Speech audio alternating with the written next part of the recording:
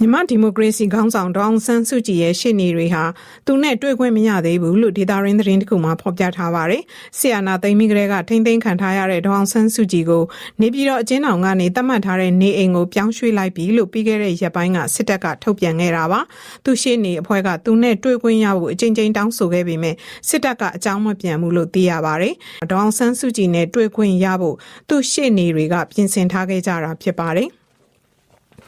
တချိန်ထဲမှာနေပြည်တော်မှာဖမ်းဆီးထိန်းသိမ်းခံထားရတဲ့ဒေါအောင်ဆန်းစုကြည်ရဲ့ကျန်းမာရေးကိုအလေးထားတဲ့အနေနဲ့သူမိသားစုသူရှေ့နေတွေနဲ့ပုံမှန်တွေ့ခွင့်ပေးဖို့ဥရောပသမဂ္ဂ EU ကတောင်းဆိုလိုက်ပါတယ်။ဒါအပြင်ဒေါအောင်ဆန်းစုကြည်နဲ့နိုင်ငံရေးအကျဉ်းသားအားလုံးကိုချွင်းချက်မရှိလွှတ်ပေးရေးကိုလည်းထပ်မံတိုက်တွန်းတောင်းဆိုတယ်လို့ EU ဘက်ကပြောပါတယ်။အမျိုးသားဒီမိုကရေစီအဖွဲ့ချုပ်ပါတီ NLD ကလည်းဒေါအောင်ဆန်းစုကြည်ကိုစစ်တပ်ကသူတို့သတ်မှတ်ထားတဲ့နေအိမ်စီရွှေ့ပြောင်းခဲ့တာနဲ့ပတ်သက်ပြီးဒီနေ့ညနေပိုင်းမှာသတင်းထုတ်ပြန်ပါတယ်။ဖန်စီအကျဉ်းချခံထားရတဲ့အတိုင်းအငံဒေါအောင်ဆန်းစုကြည်ကိုဧပြီလကုန်ပိုင်းမှာတီနေယာမဖော်ပြပဲသတ်မှတ်နေအိမ်ကိုပြောင်းရွှေ့လိုက်တာနဲ့သမရဦးဝင်းမြင့်ကိုလွတ်ငြိမ်းပေးတဲ့အပေါ်စစ်တပ်အနေနဲ့နိုင်ငံရေးအရာအပြုသဘောဆောင်တဲ့ချင်းကပ်မှုမဟုတ်ဘဲလှည့်စားချက်ဖြစ်တယ်လို့ NLD ထုတ်ပြန်ချက်မှာဖော်ပြထားပါတယ်။ရန်ကုန်ပြည်လမ်းမပေါ်မှာရှိတဲ့ပဲခူးတိုင်းနတ်တလင်းမြို့နယ်အရှိချမ်းကကျေးရွာတွေကိုစစ်တပ်ကလက်နက်ကြီးနဲ့ပစ်ခတ်ဒရုန်းနဲ့ဘုံကျဲတာတွေပြုလုပ်ခဲ့ပါတယ်။စစ်ကြောင်းထိုးနေချိန်အတွင်းဒေသခံတပ်ကြီး2ဦးထပ်မံတေဆုံးခဲ့တယ်လို့ဒေသခံတချို့နဲ့မြေပြင်သတင်းရင်းမြစ်တယောက်ကပြောပါတယ်။စစ်တပ်စစ်ကြောင်းထိုးချိန်အတွင်းတပ်ကြီးပိုင်းအရွယ်ဒေသခံ3ဦးတပ်ဖြတ်ခံရတဲ့ဖြစ်စဉ်လည်းရှိခဲ့တယ်လို့အခြေအနေကိုသိတဲ့မြေပြင်သတင်းရင်းမြစ်တယောက်က BBC ကိုပြောပါတယ်။ BBC ကိုပေးပို့လာတဲ့ဓာတ်ပုံတချို့မှာလည်းအသက်60ကျော်အရွယ်တပ်ကြီးပိုင်းအမျိုးသားတယောက်ကရုတ်ကျင်းထဲမှာတေဆုံးနေပြီးအမျိုးသမီး2ယောက်ကတော့သူတို့ရဲ့နေအိမ်မှာပဲသွေးထွက်ဒဏ်ရာတချို့နဲ့လဲကျတေဆုံးနေတာတွေ့ရပါတယ်။တပ်ဖြတ်ခံရတဲ့အခြေအနေအသေးစိတ်ကိုတော့ BBC အနေနဲ့တိကျအတည်မပြုနိုင်သေးပါဘူး။ရှမ်းပြည်တောင်ပိုင်းကယားခေါ်ကရင်နီပြည်နယ်အစက်ကမိုးရဲဒေသမှာဒေသကာကွယ်ရေးတပ် LPDF နဲ့အမျိုးသားညီညွတ်ရေးအစိုးရ NUG လက်အောက်ခံတပ်တို့ပြစ်ခတ်မှုအတွင်းလူ9ယောက်သေဆုံးခဲ့တဲ့ဖြစ်ရပ်ကိုကရင်ပြည်နယ်ဂျာကာလာအုပ်ချုပ်ရေးကောင်စီ IEC နဲ့ကရင်နီတပ်ပေါင်းစုံစစ်ဦးစီးအဖွဲ့တို့ပူးပေါင်းစစ်ဆေးနေပါပြီ။စစ်ဦးစီးအဖွဲ့ကဦးအောင်မင်းဦးဆောင်ခဲ့တဲ့ PDF အဖွဲ့ရဲ့ကိစ္စအဝဝကိုစစ်ဆေးနေပြီလို့ IEC အထွေထွေအတွင်းရေးမှူးနှင့်ဗညာခွန်အောင်ကပြောပါတယ်။ပြစ်ခတ်မှုမှာပါဝင်တဲ့မိုးပြဲပြည်သူ့ကာကွယ်ရေးတပ်ဟာဒေသအခြေစိုက်တပ်ဖြစ်ပြီးတိကျရပ်တည်ခဲ့တဲ့အဖွဲ့ဖြစ်ပါတယ်။အမှတ်1 Alpha ဒေသမိုးပြဲတပ်နဲ့ NUG ရဲ့ရှမ်းတောင်ကရင်နီတိုင်းဌာနချုပ်ဗျူဟာအမှတ်14အောက်ကအမှတ်13031တပ်ရင်းတို့ပူးပေါင်းပြီးဧပြီ24ရက်ညမှာဦးအောင်မင်းအပါအဝင်သူဦးဆောင်တဲ့အဖွဲ့တို့ဆွေးနွေးမှုပြုလုပ်ခဲ့ရမှာငင်းခုန်မှုဖြစ်ပွားပြီးပြစ်ခတ်မှုဖြစ်ခဲ့တာလို့ NUG လက်အောက်ခံမိုးပြဲ PDF ကပြောပါတယ်။ဒီပြစ်ခတ်မှုကြောင့်ဦးအောင်မင်းအပါအဝင်ရဲဘော်9ဦးသေဆုံးခဲ့ပြီး NUG တပ်ရင်းဘက်ကလည်းရဲဘော်3ဦးဒဏ်ရာရခဲ့တယ်လို့ NUG မိုးပြဲ PDF အဖွဲ့ကထုတ်ပြန်ထားပါတယ်။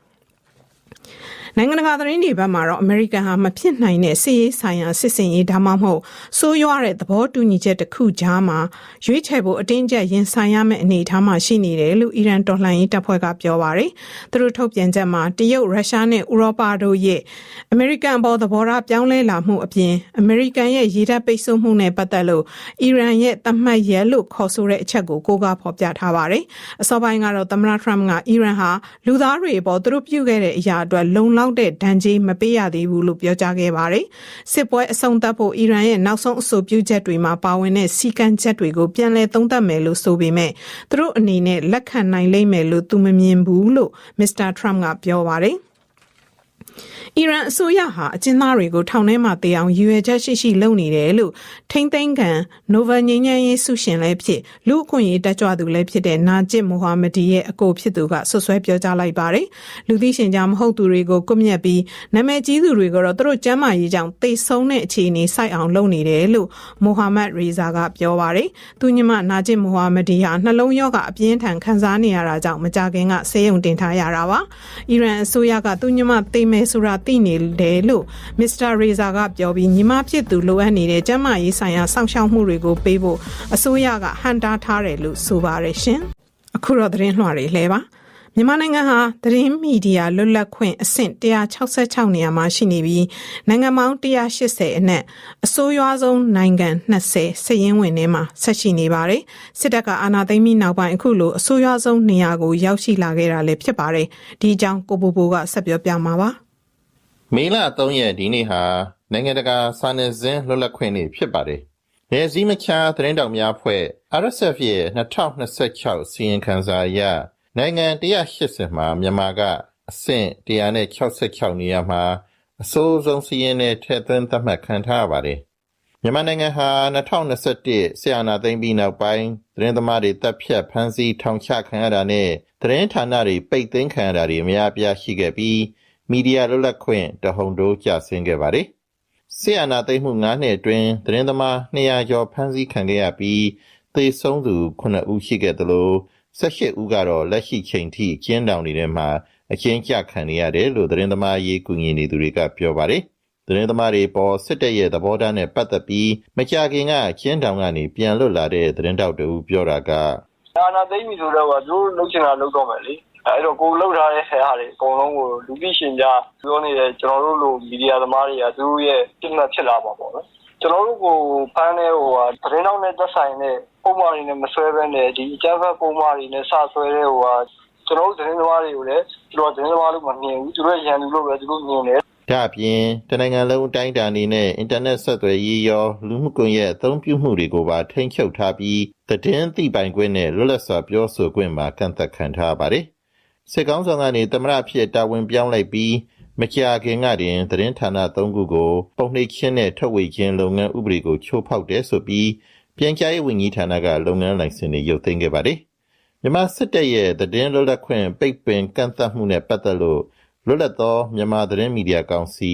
IPCM ရဲ့အတွင်းရေးမှူးဦးတိုးစော်လက်ပြောတာကအမှန်တရားနဲ့ပတ်သက်ရင်စစ်တပ်ပြောတဲ့အမှန်တရားလွဲလို့တခြားအမှန်တရားကိုလက်မခံနေသေးပါဘူး။နောက်တစ်ခါရေကောက်ပွဲနဲ့ပတ်သက်ပြီးလည်း reaction လေးပေးတာတော့မှ1900နှစ်အချခံတဲ့အထင်နေဆိုတော့လောလောဆယ်မှာတော့ physically ရော digitally ပေါ့နော်မြန်မာသတင်းမီဒီယာလွတ်လပ်ခွင့်ဟာအများကြီးတိုးတက်လာဖို့ကောင်းမွန်လာဖို့မျှော်လင့်လို့မရဘူးလို့ပဲပြောပြစီခင်ဗျာဗြိတိရှတန်ယုံနယ်သာလန်တန်ယုံဩစတြေးလျတန်ယုံနဲ့ကုလသမဂ္ဂအဖွဲ့အစည်းတွေကလည်းဖမ်းဆီးခံထားရတဲ့သတင်းသမားတွေပြန်လွှတ်ပေးဖို့ထုတ်ပြန်တောင်းဆိုထားပါတယ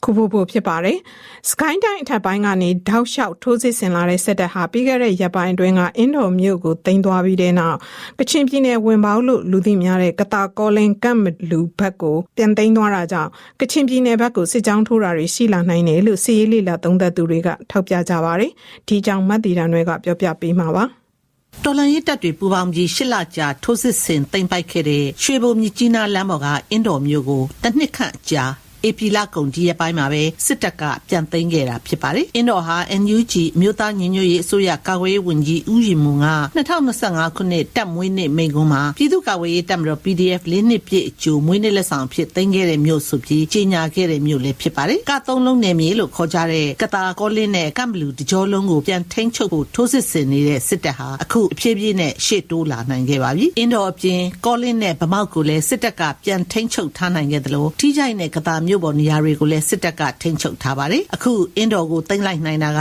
ကချင်ဝင်ပေါက်ဖြစ်တဲ့က3လုံးဒေသမှာစစ်တပ်ရဲ့ပြန်စုဖွဲ့ပြင်ဆင်လာနိုင်တဲ့ခြေလှမ်းဖြစ်ပြီး KIA ပေါ်စစ်ရေးဖိအားပိုတိုးတဲ့အခြေအနေဖြစ်လာနေတာပါ။ဒီပေါ်ကချင်လွတ်လပ်ရေးတပ်မတော် KIA ပြန်ကြားရေးတာဝန်ခံဗိုလ်မှူးကြီးနော်ဘူးပြောတာက3လုံးနယ်မြေကနေဖြတ်ပြီးမှတို့ကချင်ပြည်နယ်ဘက်ကိုစစ်စီရေးလုပ်ဖို့ကတော့အင်တာမတ်ရေးကြီးတဲ့နေရာဖြစ်ပါလေ။ကိုကတာနဘာတို့ပေါ့နော်။အဲ့ဘက်မှာလည်းတို့အင်အားတွေဖြစ်ပြီးမှစစ်စီရေးလုပ်နေတာ။နောက် ALTV ရဲ့ချက်ဘက်ချမ်းကတော့ရွှေကိုပေါ့ဒီကချင်းပြည်နယ်မှာထိုးစစ်ဆင်ဖို့ကတော့ရွှေကိုရဲ့ကတာရဲ့ကတော့တော့ချက်ကြီးဖြစ်တယ်လို့ကျွန်တော်အဲ့လိုသုံးသပ်ပါတယ်။ဒါကြောင့်အဲ့ဒီ3လုံးနယ်မြေကဖြတ်ပြီးမှချင်းပြည်နယ်ဘက်ကိုတို့နေပြည်တော်နဲ့ထိုးစစ်ဆင်ဖို့ကတော့အင်တာရေးကြီးတဲ့နေရာပြိုခကျတဲ့နေရာဖြစ်ပါတယ်။ဒါကြောင့်အဲ့ဒီဘက်ကိုအဓိကတို့စစ်စင်ရဲလုပ်တာဖြစ်ပါတယ်။အင်းတော်ပြီးရင်အထက်ပိုင်းမော်လူဘက်စစ်ကြောင်းပြန်ရောက်လာနိုင်ပြီးကချင်ဘက်ကိုစစ်ကြောင်းဆက်ထိုးလာနိုင်တဲ့အခြေအနေရှိတယ်လို့စစ်ရေးလေ့လာသူတွေကသုံးသပ်နေပါတယ်။စကိုင်းတိုင်းနဲ့ထိုးနေတဲ့စစ်တပ်စစ်ကြောင်းဟာအရင်ကစစ်ကြောင်းထိုးတာနဲ့မတူဘဲစစ်ကြောင်းအလျင်မြန်ဖြန့်ခွဲတဲ့အခြေအနေတွေ့ရတယ်လို့စကိုင်းထဲမှာရှိတဲ့တော်လှန်ရေးတပ်တချို့ကဆိုပါတယ်။စကိုင်းတိုင်းမှာရှိတဲ့ PLA ပြောရေးဆိုခွင့်ရှိသူရဲဘော်ဝေယံဖြိုးမိုးပြောတာကက အရင်ကဆိုရင်ဒါဟိုစစ်ကြောထိုးတယ်အပြန်ဆုတ်တယ်ဆိုတဲ့အခြေအနေရှိတယ်ပေါ့နော်အခုတချို့ကားသုံးလုံးနယ်မြေတွေမှာတို့လို့ရှိရင်လည်းသူကရွာလိုက်တွေမှာပါဟိုတက်စိတ်လိုက်တွေချပြီးတော့သူတို့အဲ့မှာအထိုင်ချထားတာမျိုးတွေဖြန့်ခွဲထားတာမျိုးတွေပေါ့နော်အဲ့ဒါမျိုးရှိတယ်ကတာပမောက်အင်းတော်ပြီးရင်မော်လူဘက်ကနေမြောက်ပိုင်းကချင်ဘက်ကိုထောက်ဖို့ဆက်သွယ်ရေးဖြတ်တောက်ဖို့လှုပ်လာနိုင်တယ်လို့ပင်လယ်ဘူးဘက်ကိုလည်းစောင့်ကြည့်ရမယ့်အခြေအနေရှိနေတယ်လို့စီရေးအခြေအနေသိရှိသူကသုံးသပ်ထားပါတယ်ရှင်။ကယားခေါ်ကရင်ပြည်နယ်တနင်္သာရီတိုင်းနဲ့မကွေးတိုင်းကစစ်ဘေးရှောင်စခန်းတွေမှာဝမ်းပြတ်ဝမ်းလျှောနဲ့ယာနာယောဂါတွေအပြင်ပချိတ်ရောင်ယောဂါတွေဖြစ်နေကြပြီးဆေးဝါးတွေအရေးပေါ်ကူညီလိုအပ်နေတယ်လို့ကူညီဆောင်ရှောက်ပေးနေသူတွေကပြောပါတယ်ဒီအခြေအနေတွေကိုမတ်ရွှေပိုးနေကပြောပြပေးမှာပါ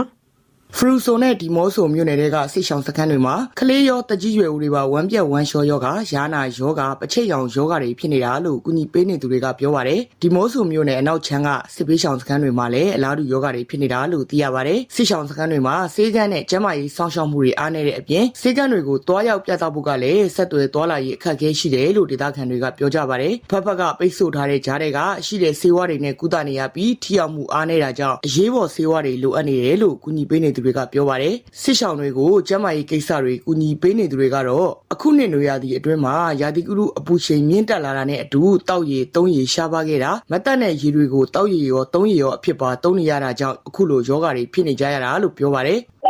ဝန်ချောတော့ဖြစ်တယ်နောက်ပြီးတော့ဒီကလေးတွေကရတာလေညနာတွေလည်းဖြစ်တယ်ဆိုတော့ကြီးရမလောက်တော့ရေနောက်ရင်လည်းတော့ပြည့်တဲ့အနေထားမျိုးရှိနေတော့ဒီတော့ချိုးရလည်းမလို့တော့ရေမချိုးကြတော့ကြာလာတော့လေတော့ဒီဝန်ချောတဲ့ရတာဟာဆွလာတော့ဒီရတော့